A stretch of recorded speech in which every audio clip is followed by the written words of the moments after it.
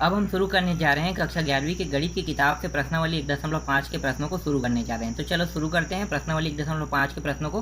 तो पहला प्रश्न क्या है, मान लीजिए कि u बराबर यहाँ पे 1 2 3 4 5 6 7 8 9 दिया हुआ है और a का मान जो है वो 1 2 3 4 और b का मान यहाँ पे क्या है 2 4 6 8 और c का मान 3 4 5 6। तो निम्नलिखित ज्ञात कीजिए। तो हमें ज्ञात क्या करना है, निम्नलिखित ज्ञात करना है। तो देखो इसको कैसे हल करोगे, तो इसको हल कैसे करोगे, तो देखो हल करने के जो तरीके है वो बहुत ही आसान है। मैं आपको यहाँ पे दिखाता हूँ आसानी से हल करके, ठीक है। तो कैसे हल करोगे, ध्यान देना ना। यहाँ पे क्या लिखा है, देखो पहला प्रश्न में क्या है, पहला प्रश्न में कहा है कि a डेश का है, ठीक है। इसको हम कहते हैं पूरक मान कहते हैं। डेश किसी के ऊपर लग जाना पूरक मान होता है। तो यहाँ पे देखो u जो है वो क्या है, u का मान मैं यहाँ पे लिख लेता हूँ, ठीक है। u का मान है 1 है 2 है 3 है 4 है 5 है 6 है, यहाँ पे 7 8 और यहाँ पे 9 दिया हुआ है, ठीक है। ये सब क्या है, u के मान है।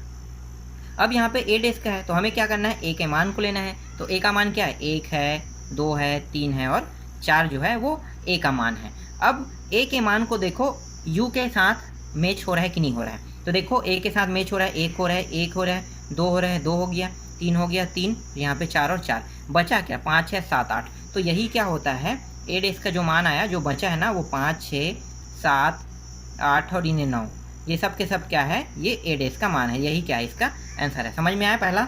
चलो आगे देखते हैं। अगर ये समझ में नहीं आया होगा तो दूसरा में आपको समझ में आ जाएगा, ठीक है। दूसरा देखो, दूसरा में क्या का है, दूसरा में b डेश का है। अब b डेश का है तो फिर से हम u का मान लिखेंगे, ठीक है। u का मान क्या है, 1 है 2 है 3 है 4 है 5 है 6 है 7 है 8 है और 9 दिया हुआ है, ठीक।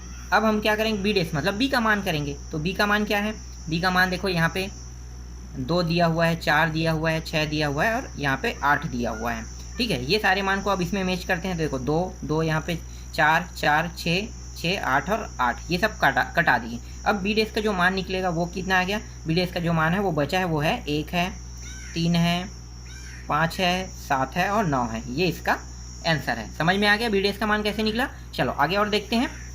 इसके बाद देखो तीसरा क्या है, तीसरा में क्या दिया है, तीसरा में दिया हुआ है, 1 मिनट यहाँ पे मैं लिख लेता हूँ, ठीक है। तीसरा जो है वो है a यूनियन c दिया हुआ है और पूरक मान हमें निकालना है इसमें। तो पहले हम क्या करेंगे, a यूनियन c करेंगे, ठीक है। a यूनियन c करो तो a के साथ मतलब c का हम मैच कर लेते हैं। तो कैसे निकालेंगे, तो पहले a लिखो। a का मान क्या क्या दिया हुआ है, a का मान है 1 है 2 है 3 है और ये 4 है। इसी तरह से c का मान देखो, c का मान क्या क्या है, c का मान यहाँ पे दिया हुआ है 2 दिया हुआ है 4 है, एक सेकंड यहाँ पे है c का मान, हाँ सॉरी 3 है, ये 3 है, 3 के बाद यहाँ पे दिया है 4 दिया है 5 दिया है और ये 6 दिया हुआ है, ठीक है। ये c का मान है। अब इसका यूनियन करेंगे। यूनियन मतलब क्या है, जो मान 2 बार है ना, देखो यहाँ पे मतलब दोनों में है, यहाँ भी यहाँ भी यहाँ भी यहाँ भी, ठीक है। ये दोनों मान क्या है, दोनों में आ रहा है। तो हम क्या करेंगे, इसको यूनियन करेंगे तो एक बार लिखते हैं और इंटरसेक्शन करते हैं तो यही इसका आंसर होता। तो हम यूनियन कर रहे हैं तो इसको एक बार लिखेंगे। तो यूनियन बना दो तो a यूनियन c बराबर मान हो जाएगा 1 हो जाएगा 2 हो जाएगा 3 हो जाएगा 4 हो जाएगा, फिर यहाँ पे क्या है 5 है और ये 6 है। ये इसका आंसर हो जाएगा, ठीक। समझ में आइए यूनियन वाला। अब हमें क्या करना है, इसका पूरक मान निकालना है। कैसे निकालोगे पूरक मान, तो देखो पूरक मान निकालने के लिए हम क्या करेंगे, इस मान को मैच करेंगे किसके साथ, u के साथ। तो u मान क्या है, 1 है 2 है 3 है 4 है 5 है 6 है 7 है और 8 है और ये क्या है 9 है, ठीक है। इन सभी के साथ मैच करते हैं। तो देखो कैसे मैच करोगे, 1 काट दो 2 काट दो 3 काट दो 4 फिर 5 फिर यहाँ पे 6, बचा क्या, बचा जो है आंसर जो हो गया ये क्या हो जाएगा, ये आपका बन गया a यूनियन c और इसका पूरक मान, तो इसका मान क्या आ जाएगा 7 8 9 आ जाएगा, ठीक। समझ में आया ये, इस तरह से आपको हल करने हैं। चलो जो चौथा प्रश्न है उसको आप बना के देखना। मैं डायरेक्ट यहाँ पे पांचवा में जाता हूँ, बहुत आसान है, आप बना लोगे। पांचवा देखते हैं, ठीक है। पांचवा में क्या दिया है, यहाँ पे 2 बार दिया है, a डेश इस तरह से दिया हुआ है और एक बार यहाँ पे और डेश दिया है, मतलब क्या है पूरक का पूरक मान दिया हुआ है, ठीक है। तो पहले आपको क्या करना है, ये बहुत आसान है। इसका मतलब क्या होता है, a डेश का डेश होना मतलब पूरक मान का पूरक होना, मतलब a मान प्राप्त होना। सीधी सी बात है, क्या प्राप्त होना, a मान प्राप्त होना। अगर इन दोनों को गुणा करोगे तो डायरेक्ट ये क्या हो जाएगा, इन दोनों को गुणा होकर ये दोनों कट के सिर्फ a बस बचेगा। तो a मान आ रहा है कि नहीं आ रहा है, इसको चेक कर लेते हैं। देखो कैसे करोगे, पहले आपको u के साथ करना है, ठीक है। u कर लो तो u का मान क्या है, 1 है 2 है 3 है 4 है 5 है 6 है 7 है 8 है और 9 है, ठीक है। अब हम क्या करेंगे, इसके बाद हम करेंगे a को लेंगे, ठीक है। a क्या है, a का मान है 1 है 2 है 3 है और ये 4 है, ठीक है, ये हो गया ए का मान हो गया। अब देखो ए कौन कौन सा मान है, तो यहाँ से यहाँ तक के ए में क्या था, ए का जो मान है यहाँ से यहाँ तक आ रहा है तो कट गया, तो ए डेस का मान क्या प्राप्त हुआ, ए डेस का मान प्राप्त हुआ 5, 6, 7, 8 और 9 प्राप्त हुआ। ठीक, समझ में आ गया ये कितना प्राप्त हो गया, 5, 6, 7, 8, 9 प्राप्त हो गया यहाँ पे। अब हम क्या करेंगे, अब ये जो 5, 6, 7, 8, 9 है ना, इसको हमें फिर से इसके साथ देखना है। तो देखो यहाँ पे क्या हो रहा है, 5, 6, 7, 8, 9, तो ये वाला जो मान है यहाँ पे आ रहा है, मतलब ये सब क्या हो गया, एक दूसरे के साथ कट गया, तो बचा क्या, बचा सिर्फ ये वाला। ठीक है, 1, 2, 3, 4, तो ए डेस और इसका डेस अगर हम कर देंगे तो हमारे पास जो मान बचेगा वो बचेगा 1, 2, 3, 4। ठीक है, ये बस बचेगा, तो यही क्या इसका आंसर है। समझ में आ गया, पूरकों का पूरक मान इस तरह से निकाला जाता है। चलो आगे देखते हैं, इसके बाद देख लेते हैं छठवां प्रश्न देखते हैं। छठवां प्रश्न में देखो, छठवां प्रश्न में क्या है, छठवां प्रश्न यहाँ पे दिया है b माइनस सी दिया हुआ है। ठीक है, b माइनस सी कैसे हल करोगे, ध्यान देना, हम लोग पहले लिख लेते हैं b माइनस सी, तो यहाँ हो गया b माइनस सी। ठीक है, इसका डेस। अब देखो b माइनस सी करने का तरीका क्या है, तो ये भी समझ लेते हैं। पहले आप ले लेना b, लेना b मान क्या है, 2 है, 4 है, 6 है और 8 है। ठीक है, ये b मान है, और इसके बाद और क्या लेंगे, सी लेंगे। ठीक है, सी मान क्या क्या दिया हुआ है, सी मान दिया हुआ है यहाँ पे 3 दिया है, 4 दिया है, 5 दिया है और 6 दिया हुआ, ये सी मान है। अब देखो दोनों में कौन कौन से मान है, तो यहाँ पे देखो 4 है, कटा दिए, 6 जो है कटा दिए। अब जब भी बी और सी इस तरह से दिया रहेगा तो बी मान बस के आंसर को हम लिखेंगे, इसका कोई मतलब नहीं होता। ठीक है, ये मान सिर्फ इन दोनों को मैच करने के लिए, तो यहाँ पे क्या होगा, मैच तो हुआ 4 और 6, लेकिन इसका कोई वजूद नहीं है। ठीक है, वजूद किसका है, इसका है, तो यहाँ पे बचा क्या, बचा जो है वो मान है 2 और 8 है। ठीक है, तो 2, 8 बी माइनस सी का मान आ गया 2, 8। अब 2, 8 का क्या करेंगे, 2, 8 का हम पूरक मान निकाल लेते हैं। तो पूरक मान निकालने के तरीके क्या है, यू के साथ आपको मैच कर देना है, 1, 2, 3, 4, 5, 6, 7, 8 और 9।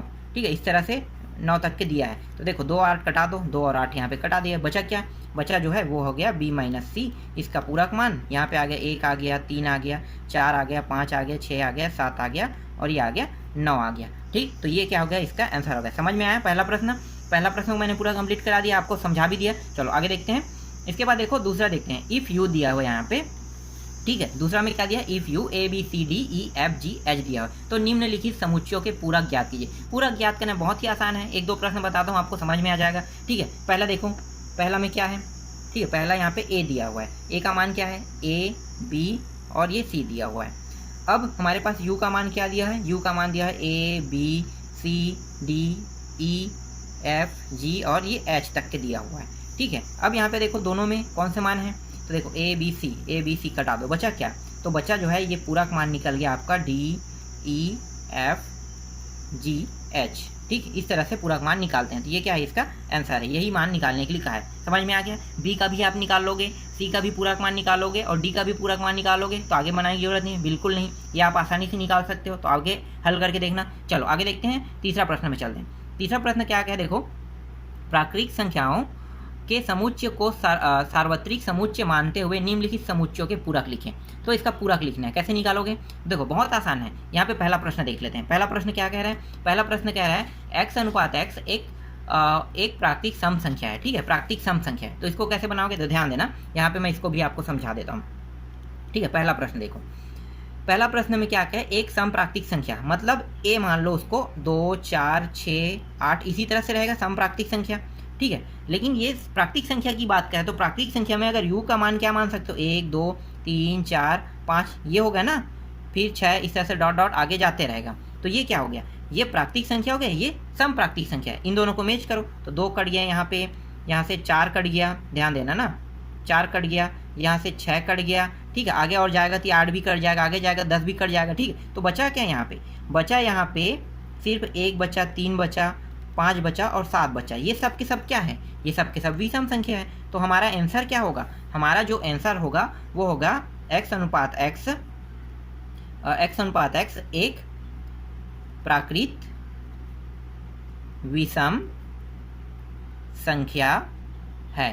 समझ में आया, ये जो बचा वो इसका आंसर हो गया। ठीक है, इस तरह से बचा था इसमें। चलो आगे देखते हैं, इसके बाद देखो अगला प्रश्न क्या है, इसी में दूसरा देख लो, तो ध्यान देना। ठीक है, दूसरा प्रश्न देखो, दूसरा प्रश्न यहाँ पे दिया हुआ है x अनुपात x एक प्राकृतिक विषम संख्या है, तो क्या बचेगा, विषम अगर दिया है तो सम बचेगा, सीधी सी बात है। ठीक है, तो इसको समझाने की जरूरत तो नहीं है, जैसे पहला बना है तो हमने डिवाइड किया, विषम को इस बार क्या करना है, प्राकृतिक संख्या के साथ विषम को डिवाइड कर देना, तो कट जाएगा, तो बचेगा क्या, सम बचेगा। सीधी सी बात है, जब सम में विषम बचा तो विषम में क्या बचेगा, सम बचेगा। तो इसको बताने की जरूरत तो नहीं है। चलो आगे देखते हैं। तीसरा, x अनुपात x संख्या 3 का एक धन गुणज है, तो 3 का एक धन गुणज कह रहा है। तो पहले आपको यहाँ पे क्या लिखना है, a का मान लिख लेना है। ठीक है, मैं यहाँ पे लिख लेता हूँ। a का मान क्या होगा, a का मान 3, 6, 9, 12। क्यों ऐसा लिख रहा हूँ मैं, क्योंकि यहाँ पे कह रहा है कि 3 का धन गुणज है। ठीक है, तो 3 ये हो गया इसका। अब मैं यहाँ पे नंबर लिख लेता हूँ, नंबर के साथ बिलोंग करें। नंबर को मैं क्या लिखूँगा, 1, 2, 3, 4, 5, 6 और ये 7। इस तरह से मैं नंबर को लिखूँगा। ठीक है, अब यहाँ पे देखो 3 का गुणज में ये 3 कट जाएगा, 6 कट जाएगा, फिर इसी तरह से 9 भी कट जाएगा, आगे 9 आएगा और 12 भी आएगा, तो ये सब कट जाएगा। तो बचेगा क्या, बचेगा जो संख्या है वो है 1 है, 2 है, ठीक है, 4 है और यहाँ पे 5 है, 7 है, इस तरह से आगे बढ़ते जाएगा। ठीक है, तो ये सारी संख्या बच रहा है। अब ध्यान देना, ये क्या 3 से भाग जा सकता है क्या, नहीं जा सकता। तो 3 का गुणज नहीं हो सकता, जो बचा हुआ संख्या वो 3 से भाग नहीं जाएगा ना, तो बचा हुआ संख्या क्या होगा, 3 का गुणज नहीं होगा। तो यहाँ पे आपको क्या लिखना है, x अनुपात x। ठीक है, इसके बाद लिखना संख्या 3 का एक, ठीक है, धन गुणज नहीं है। ठीक है, ये लिखना है आपको। समझ में आ गया इसका आंसर। चलो आगे देखते हैं। नेक्स्ट प्रश्न देखो, यहाँ पे चौथा प्रश्न क्या है, चौथा प्रश्न यहाँ पे देखो, चौथा प्रश्न यहाँ पे दिया हुआ है x अनुपात x एक अभाज्य संख्या है। यहाँ पे क्या कह रहा है, अभाज्य संख्या की बात कर रहा है। ठीक है, अब अभाज्य संख्या क्या क्या होता है यहाँ पे ध्यान देना। ठीक है, अभाज्य संख्या को हम ले रहे हैं, तो अभाज्य संख्या को आपको यहाँ पे लिखना होगा।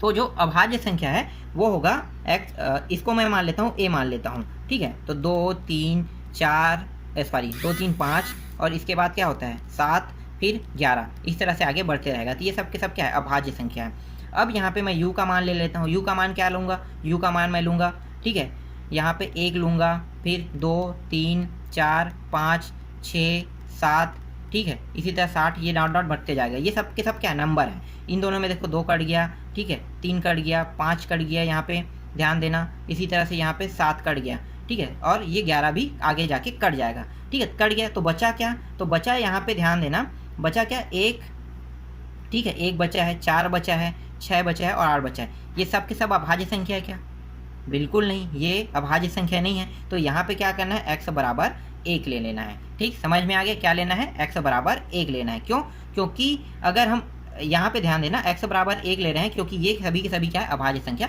नहीं, इसलिए यहाँ पे x बराबर 1 आ रहा है। चलो आगे देखते हैं अगला प्रश्न। इसके बाद देखो पांचवा प्रश्न। ठीक है, पांचवा प्रश्न में क्या है, x अनुपात x 3 और 5 से विभाजित होने वाली एक संख्या है। 3 और 5 से विभाजित होने वाली एक संख्या है, तो इसको कैसे हल करोगे। तो ध्यान देना, x का मान यहाँ पे आप क्या रख सकते, सॉरी a का मान ये मान लो। ठीक है, a हो गया 3 से 3, 6, 9, ठीक है, इस तरह से भाग जा सकता है। 3 का गुणज हो सकता है मतलब। इसी तरह से b को निकाल लो, 5 का गुणज निकालो, 5, 10, ये हो गया 15, इस तरह से आगे बढ़ते जाएगा। अब u बना लेते हैं, तो u क्या होगा, 1, 2, 3, 4, 5, 6, ठीक है, 7, इस तरह से आगे बढ़ते रहेगा, u होगा। एक बार हम क्या करेंगे, a को मैच करेंगे, तो ये 3 हो गया, कट गया 3 वाला, 6 कट जाएगा, ठीक है, और इसी तरह से 9 आगे जाके कट जाएगा, 5 भी कट गया यहाँ पे, फिर 10 भी कट जाएगा आगे जाके, और 15 भी आगे जाके कट जाएगा। तो बचा क्या, बचा जो है 1, 2, 5, 7 जो बचा है ना, ध्यान देना, 1, 2, 5, 7, ये जो है न तो 3 से भाग जा रहा है और न ही 5 से भाग जा रहा है, न तो 3 से भाग जा रहा है और न ही 5 से भाग जा रहा है। तो यहाँ पे आंसर क्या आ जाएगा, तो यहाँ पे आपको आंसर लिखना है x अनुपात x 3 और 5 से विभाजित नहीं होने वाली संख्या। ठीक है, विभाजित होने, यहाँ पे लिखो होने वाली, यहाँ पे 1 मिनट ना, आपको समझ में नहीं आएगा, दिखाई ही नहीं दे रहा होगा, 1 मिनट में वैसा कर रहा हूँ। ठीक है, विभाजित होने वाली संख्या नहीं है। ठीक, समझ में आ गया, ये बस आपको इतना लिखना है। ठीक है, चलो आगे देखते हैं। इसके बाद देखो नेक्स्ट प्रश्न क्या है, इसमें दिया हुआ है, अगला जो दिया हुआ है वो दिया है, छठवां प्रश्न देखना है हमें। तो छठवां प्रश्न ध्यान देना, छठवां प्रश्न क्या कह रहा है, छठवां प्रश्न जो है वो कह रहा है x अनुपात x एक पूर्ण वर्ग संख्या है। पूर्ण वर्ग संख्या कह रहा है, तो देख लेते हैं पूर्ण वर्ग संख्या। तो ये बहुत आसान है, अगर हम a को हम पूर्ण वर्ग संख्या मानते हैं, तो देखो पूर्ण वर्ग मतलब क्या है, 1 का वर्ग बनाना, ठीक है, 1 हो जाएगा, इसका वर्ग करेंगे, 2 का वर्ग करेंगे, 4 हो जाएगा, फिर 3 का वर्ग करेंगे कितना, 9, इस तरह से आगे बढ़ते रहेंगे। ये सब क्या है, पूर्ण वर्ग संख्या है। अब यहाँ पे नंबर के साथ हम इसको डिवाइड करेंगे, तो ये नंबर को हम क्या करेंगे, इसको हम लिखेंगे 1 2 3 4 5 6, इस तरह से हम आगे लिखते जाएंगे। देखो 1 काट दो, 4 काट दो, आगे जाके 9 कट जाएगा। अब यहाँ पे देखो क्या कह रहा है, यहाँ पे पूर्ण वर्ग संख्या है, तो क्या ये सभी के सभी पूर्ण वर्ग संख्या जो बचा है? बिल्कुल नहीं है। तो आंसर क्या हो जाएगा? x अनुपात x एक पूर्ण वर्ग संख्या नहीं है। ठीक, समझ में आ गया? ये एक पूर्ण संख्या नहीं है, ये इसका आंसर हो गया। चलो आगे देखते हैं। इसके बाद देखो सातवां में क्या है? सातवां भी कह रहा है घन पूर्ण घन संख्या। पूर्ण घन संख्या मतलब आप समझ सकते हो कि क्या रहेगा। यहाँ पे जैसे ध्यान देना, देखो 1 है, 1 के बाद क्या हो जाएगा? डायरेक्ट 9 आ जाएगा, क्योंकि सॉरी 1 के बाद क्या आ जाएगा? 1 के बाद 8 आ जाएगा। 2 को 3 बार गुणा करोगे तो क्या होगा? 8 आएगा ना। 3 को 3 बार गुणा करोगे कितना आएगा? 27। इसके साथ मैच करोगे, क्या ये पूर्ण बनेगा? बिल्कुल नहीं बनेगा। तो क्या होगा? यहाँ पे सेम टू सेम इसी जैसा आंसर लिखना है।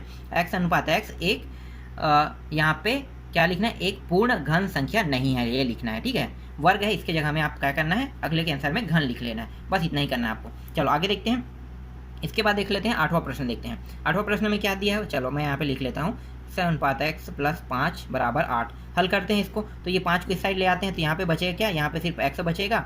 8 इस साइड आके प्लस से क्या हो गया? माइनस हो गया। x बराबर घटा देंगे, कितना बचेगा? 3। यहाँ पे x का मान 3 आ गया। ठीक है, ये हो गया, इसका आंसर हो जाएगा। चलो आगे देखते हैं। इसी तरह से 9वां प्रश्न देख लेते हैं। 9वां प्रश्न क्या है? 9वां प्रश्न यहाँ पे दिया है x अनुपात x 2x प्लस 5 बराबर 9 दिया हुआ है। ठीक है, इसको कैसे हल करोगे? तो देखो इसको भी हल करते हैं। ये 5 को इस साइड ले आते हैं, 9 माइनस 5 हो जाएगा, और यहाँ पे बचेगा क्या? 2x बचेगा। ठीक है, अब इसको घटा दें, क्या बचेगा? 4 बचेगा। ये 2 जो है 2x यहाँ पे हो गया, फिर ये 4 और 2 इस साइड आके नीचे आ जाएगा, तो x का मान क्या बच जाएगा? x का मान 2 आ जाएगा। तो यहाँ पे x बराबर 2 प्राप्त हो गया। ठीक है, ये इसका आंसर है। समझ में आ रहा है? बहुत आसान हल है, बहुत आसानी से भी हल होते जा रहे हैं। ठीक है, इसी तरह से देखते हैं 10वां को देखते हैं। x अनुपात x से बड़ा है 7, तो क्या हो जाएगा? तो देखो इसको जब हल करेंगे तो ये हो जाएगा <7 हो जाएगा, ये इसका आंसर है। ठीक है, x बड़ा है और बराबर है 7 से। ठीक है, तो अब क्या हो जाएगा? जब ये हम इसे हल करेंगे तो x से बड़ा 7 हो गया। ठीक है, ये इसका आंसर हो जाएगा। इसके बाद देखो नेक्स्ट क्वेश्चन क्या है? 11वां। यहाँ पे दिया है x अनुपात x दिया है बिलोंग टू n के साथ क्या? n मतलब नंबर, और 2x प्लस 1 ग्रेटर देन 10 दिया हुआ है। ठीक है, इस तरह से दिया हुआ है। इसको हल करते हैं, तो हमें इस मान को हल करना है। ठीक है, तो यहाँ पे ले लेते हैं 2x प्लस 1 और यहाँ पे 10 लिख लो।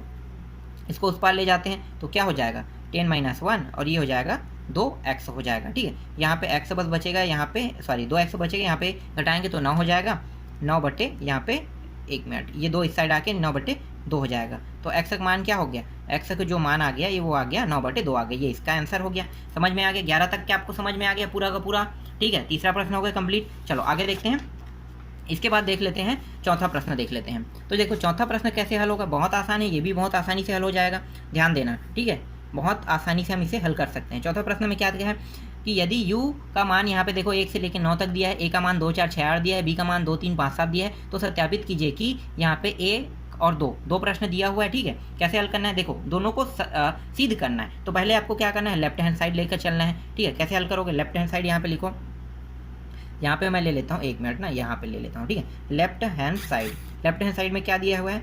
a यूनियन b दिया हुआ है, और इसका क्या दिया है? पूरक मान दिया हुआ है। ठीक है, मतलब पूरक निकालना है। अब देखो u का मान क्या है? तो u का मान यहाँ पे मैं लिख लेता हूँ। u का मान है 1 से लेके, ठीक है, मैं डॉट डॉट डॉट डॉट करके जा रहा हूँ, और डायरेक्ट मैं 9 लिख लेता हूँ। ठीक है, इस तरह से। ठीक है, 1 से 9 हो गया, लास्ट 9 तक गया था। u का मान हो गया। a का मान क्या है? a का मान यहाँ पे दिया हुआ है 2 दिया हुआ है, 4 दिया हुआ है, 6 दिया, 8 दिया हुआ है। ठीक है, इसी तरह से b का मान लिख लो। b का मान है यहाँ पे 2 दिया हुआ है, 3 दिया है, 5 दिया हुआ है, 7 दिया हुआ है। ठीक है, पहले हमें इन दोनों का यूनियन करना है। तो यूनियन का मतलब क्या होता है? यूनियन का मतलब होता है a यूनियन b, मतलब कोई भी मान जो है वो दोबारा नहीं लिखना है। तो 2 3 फिर 4 फिर 5 फिर 6 7 और 8, ये बन गया यूनियन बन गया। ठीक, अब इसका हम क्या करेंगे? इसका हम पूरक मान करेंगे। तो पूरक मान क्या करते हैं? u के साथ इन दोनों का, ठीक है, मैच कर देंगे तो पूरक मान निकल जाएगा। कैसे निकालोगे पूरक मान? तो देखो जो संख्या 2 3 4 5 6 7 8, ये 8 तक के पूरा ना ये कट गया। मान लो इसमें भी 2 से लेके 8 तक के जो था ये पूरा का पूरा यहाँ पे कट गया, बचा क्या? 1 और 9 बचा है। तो 1 और 9 क्या हो जाएगा? a यूनियन b, यहाँ पे कोष्टक डेस, और यहाँ पे क्या हो जाएगा? 1 और 9 आ गया। ठीक है, इसका आंसर क्या आ गया? 1 और 9 आ गया। समझ में आया? चलो अब राइट हैंड साइड को निकालते हैं। ठीक है, राइट हैंड साइड में यहाँ पे बगल में कर लेता हूँ। Right hand side. ठीक है, राइट हैंड साइड में क्या करना है आपको, राइट हैंड साइड में पहले आपको करना है ए डैश, ठीक है, ये वाला मान निकालना है, ए डैश और बी डैश करना है। ठीक है, इस तरह से आपको निकालना है। तो पहले हम ए डैश कर लेते हैं। ए डैश कैसे करेंगे, हम ये वाले मान को इसके साथ मैच करेंगे। देखो तो 2 4 6 8 है इसके साथ, तो बचेगा क्या यहाँ पे ए डैश में, ए डैश का जो मान आ जाएगा वो आ जाएगा 1 बचेगा, इसके बाद 3 बचेगा, 5 बचेगा और क्या बच रहा है, 7 बच रहा है और 9 बच रहा है। ठीक है, ये बस मान बचेगा। इसी तरह से बी डैश करो, तो बी डैश करते हैं, तो बी डैश में देखो 2 3 5 7 है, तो इसके साथ मैच करेंगे, 2 3 5 7 कट गया, बाकी जो बचा उसको लिख लेते हैं। तो यहाँ पे 1 बचा। ठीक है, इसके बाद क्या करेंगे, 1 के बाद यहाँ पे ध्यान देना ना, हाँ 1 बचा, फिर 4 बचा यहाँ पे, 4 के बाद 1 सेकंड, 1 4 फिर 6 फिर यहाँ पे 8 और ये 9। ठीक है, अब इसका हम क्या करेंगे, ए डैश इंटरसेक्शन बी डैश कर देते हैं। इंटरसेक्शन का मतलब क्या होता है, इंटरसेक्शन का मतलब होता है कि जो मान इसमें दोनों में मैच होगा उसी मान को लिखना है। तो देखो 1 मैच हो रहा है, ठीक है, दोनों में, और 9 मैच हो रहा है, तो यहाँ पे 1 और 9 आ गया। तो देखो यहाँ पे आप ध्यान देना, ठीक है, यहाँ पे देखो कितना आया है, 1 9 आया है। ठीक है, और यहाँ भी देखो 1 9, तो लेफ्ट हैंड साइड बराबर है क्या, राइट हैंड साइड के। इस तरह से सिद्ध किया जाता है। ठीक है, सत्यापित हो गया। दूसरा आप बना के देखना। अभी मैं आपको सिर्फ प्रश्न क्रमांक 4 तक के उत्तर बता रहा हूँ, बाकी जो प्रश्न बचा है उसको मैं नेक्स्ट वीडियो में आपको बता दूंगा।